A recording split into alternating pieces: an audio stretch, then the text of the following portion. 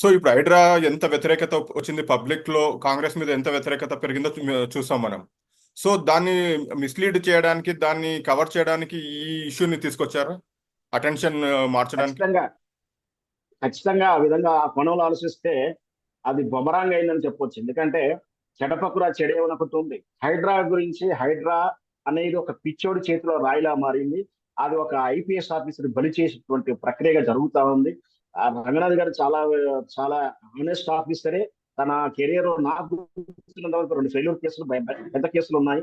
ఒకటి అయేషా మీరా కేసును, రెండోది మిర్యాలగూడెం ప్రణయ్ అమృత కేసు ఒకటి, ఒక ఫెయిల్యూర్ ఉన్నాయి. అంతకు మించినటువంటి ఆరోపణలు ఎక్కడ కూడా లేవు. తెలంగాణ ఉద్యమ సమయంలో కొంచెం 2 సార్లు వివాదాస్పదలు ఇచ్చినా కూడా అయేషా మీరా కేసు ఖచ్చితంగా ఆయన ఒక ఫెయిల్యూర్.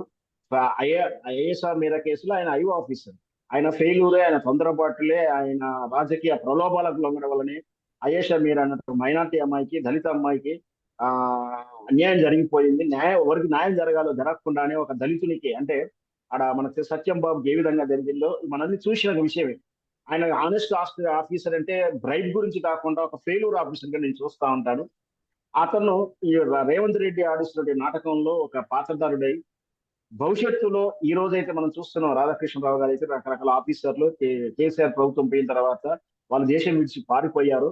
ఐపీఎస్ ఆఫీసర్ ఏ విధంగా ఇబ్బంది పడుతున్నారు, భవిష్యత్తులో కూడా ఈ రఘునాథ్ గారు ఇబ్బంది పడే అవకాశాలు ఉన్నాయి. మళ్ళీ కాంగ్రెస్ ప్రభుత్వం పోతే తాను ఒక మాన్యువల్ ప్రకారం నడిచి ఉంటే బాగుండేది. కానీ తనకి పిచ్చోడి చేతిలో రాయిలా ఎవరికి ఏ రోజు ఒక తూర్పు నుంచి మొదలు పెడుతున్నారా, పశ్చిమ హైదరాబాద్ నుంచా, లేదా ముసీబ్ నది ప్రాంతమా, ఒక చెరువు గురించా, చెరువులో 100 ఎస్ఎఫ్టీ తర్వాతనో లేదా 100 గజాల తర్వాత కబ్జాలని కూలుస్తాడా, ఇప్పుడు ఏ ప్రయారిటీ లేకుండా తాను ఇష్టం వచ్చినట్టు చేస్తా ఉన్నారు. సోషల్ మీడియాలో రేవంత్ రెడ్డి ఇదంతా కూడా కలెక్షన్ కోసమే, ఢిల్లీ పెద్దలకు 100 కోట్ల రూపాయలు అప్పచెప్పడం కోసం వార్త కూడా వైరల్ అవుతా ఉంది. ఇవన్నీ చూస్తే నిజమే అనిపిస్తుంది. అంటే వీటిని మరిపించడానికి, దీని అప్రదిష్టం నుంచి బయటపడటానికి మనం చూసాం సోషల్ మీడియాలో మూసీ నది ప్రాంతాన్ని. నిన్న రీసెంట్ కూడా నిన్న అదాని గ్రూప్ హైదరాబాద్కి వచ్చి అంత రహస్య మీటింగ్ జరిగినట్టు కూడా తెలుస్తా ఉంది.